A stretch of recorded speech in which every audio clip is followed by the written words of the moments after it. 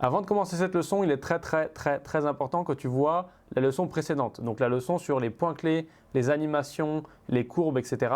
Sinon, cette leçon va être incomplète en quelque sorte, puisqu'il y a des choses qu'on utilise maintenant qu'il fallait comprendre dans la leçon précédente. Enfin, du moins, apprendre ou voir dans la leçon précédente. Donc si tu suis dans le désordre, comme beaucoup le font, n'hésite pas à arrêter cette leçon tout de suite et aller voir la précédente. Tu peux le faire parce que sinon, celle-ci va être moins intéressante et tu vas rater des choses. Donc, maintenant que ce petit avertissement est passé, dans cette leçon, qu'est-ce qu'on va faire? On va tout simplement s'attarder sur les effets de vitesse. Donc, effet de vitesse simple, effet de vitesse avec courbe, effet de vitesse avec point clé, courbe, modification, etc., etc. Et la petite astuce qui permet de faire des beaux effets de vitesse et de les gérer facilement. Donc c'est parti, et pour bien faire ça, qu'est-ce qu'on va faire? On va le faire sur des rushs à 25 images par seconde, dans une timeline à 25 images par seconde. Donc on va accélérer et ralentir un rush qui n'a pas plus d'images que ce dont on a besoin à l'origine. Et on va faire ça avec des rushs qui sont tournés à 50 images par seconde, pardon. Et donc du coup, on va devoir les passer en 25 pour qu'ils soient ralentis. Et après, on gérera la vitesse comme on veut. Donc c'est parti, je te montre ça. Toujours dans la partie Edit, j'ai toujours mes deux bougies ici qu'on va animer plus tard. Ensuite, là, j'ai des nouveaux plans. Donc ici, un plan de pot de fleurs. Et ici, un plan, non, celui-là, un plan de table, voilà. Donc avec un mouvement et des mouvements pas très propres. Donc du coup, ça a été tourné à 50 images par seconde si on regarde ici. Donc on est à 50 là. Et nous, ce qu'on va faire, c'est bien entendu utiliser les images qu'on a en plus, puisque notre timeline est en 25, on l'a vu juste au-dessus. Nous, ce qu'on va faire, c'est lire ces images, les interpréter à 25 images par seconde, de façon à avoir des images en plus pour le ralenti. On sélectionne, on fait clic droit, Clip Attributes. Là, ici, dans Video Frame Rate, on met 25 et on fait OK. Donc maintenant, si on regarde, il les annonce en 25. On va venir ici, dans la timeline, on drag and drop très salement comme ça, on replace un peu. Là, on voit que notre petite opération a bien marché puisqu'il a ralenti l'image et le son s'arrête. Donc déjà, on va supprimer le son parce qu'on n'en a pas besoin. Et donc maintenant, on a ces longs segments qu'on va devoir sélectionner. Donc voilà, on va prendre d'ici, on va couper ça. Donc point in, point out. Hein. Voilà, là, on a un bon petit segment. Ici, ça commence à partir dans tous les sens. Donc on va aller jusqu'ici, très bien. On sélectionne ça. Maintenant, on va ici. On va sélectionner le beau mouvement. Donc là, il y a quelqu'un qui passe, ça va pas. Ouais, il n'y a pas de beau mouvement, donc on sélectionne le début. Hop, voilà. Donc maintenant, on a nos brushes. On va regarder, on va faire play là-dessus. En plein écran, c'est mieux. On fait play. Donc ça, c'est vitesse normale. Vitesse normale aussi.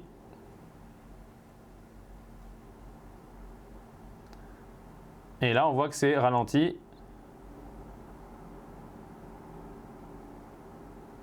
Voilà, ce plan va être plus exploitable, l'autre est un peu moche. Parfait, donc ça on a vu nos plans, on appuie sur R.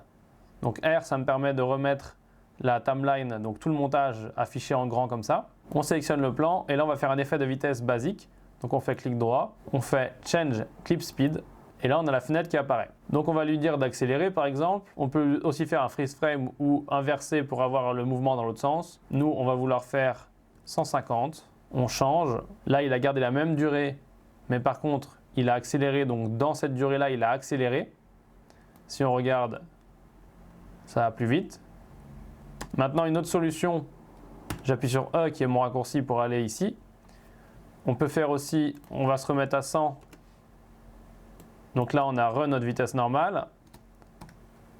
Une autre solution, c'est tout simplement de se mettre à 150 comme on voulait faire et de cliquer sur Ripple séquence. Donc là ça veut dire qu'il va raccourcir ce plan, donc il va mettre 150 de vitesse sur ce plan mais il ne va pas garder la même durée dans le montage.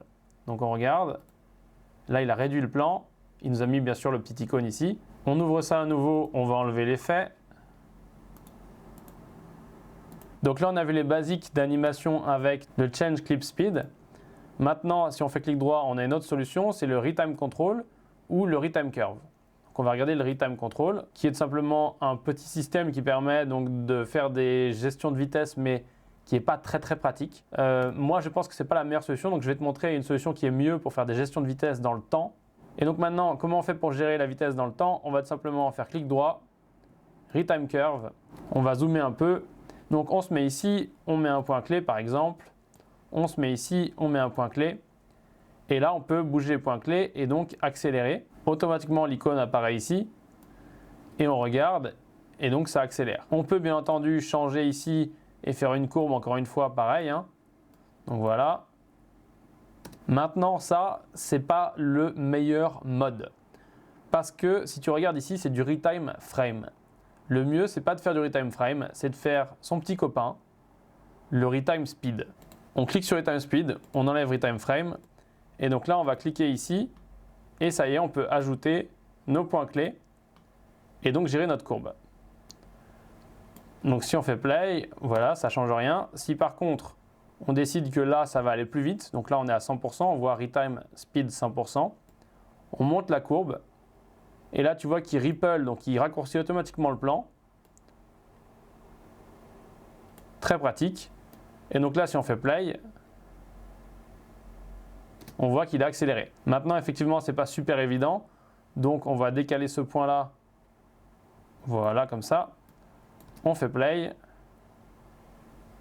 Et là, c'était plus évident. Encore une fois, c'est la même chose, hein. Tu peux cliquer sur un point comme ça et faire une courbe, ce qui est assez pratique. Pareil ici. Ensuite, tu peux agrandir le plan si tu as besoin de plus. Et là, on fait le retime comme ça. Donc, on a une courbe très vite. Hop, très bien. On redescend tout doucement. On peut bien entendu monter ça encore. On peut cliquer ici et faire quelque chose de plus abrupt. Si tu te rappelles de la leçon précédente, tu vois que c'est globalement la même chose, mis à part qu'on ne peut pas donc changer ces points clés là, on ne peut pas les changer dans un petit menu au-dessus, la petite barre, puisque ce n'est pas du transform. Les déplacements de courbes ne se font pas exactement pareil, et ici les options de courbe ne sont pas exactement les mêmes, mais globalement c'est le même principe. Donc c'est une courbe qui apparaît en dessous et qui apparaît donc en faisant le clic droit et en allant dans Retime Curve. Ensuite, une fois que tu as fini de travailler avec la courbe, tu peux appuyer ici pour la fermer. Et là, tu as toujours ton effet de vitesse. Maintenant, on va voir comment faire les effets de vitesse sur ces images-là. Donc celui-là, on a dit que c'était moche. On va faire sur celui-ci. Et donc là, on va voir comment passer donc, du ralenti ici à la vitesse normale pour faire des effets, voilà, si tu as des rushs à 50 images, pour faire des effets ralentis. On clique ici, on fait Retime Curve. Bien entendu, ici, on repasse en Speed. On sélectionne Speed. Ici, on a bien la courbe Speed. Ici, on va accélérer. Voilà, on fait ça à vue rapidement. Tac. On monte ça. On va faire une plus belle courbe.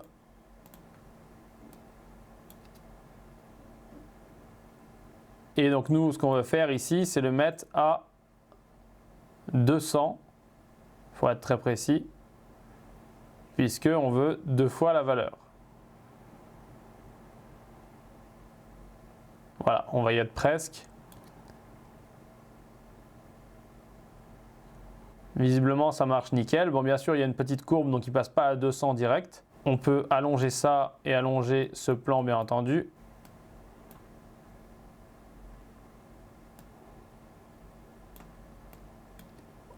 Play. Là, on est en vitesse normale. Et là, on repasse au ralenti. Une fois que tu as compris que tu maîtrises tout ça, tu peux animer à peu près n'importe quoi. Tu peux faire donc plein de choses grâce à ces retime, mais vraiment il faut utiliser le speed, c'est beaucoup mieux.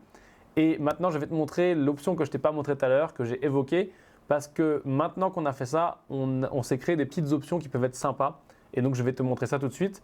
Donc comment utiliser l'autre option pour faire du retime. J'ai isolé notre plan ici, donc maintenant je peux cliquer là.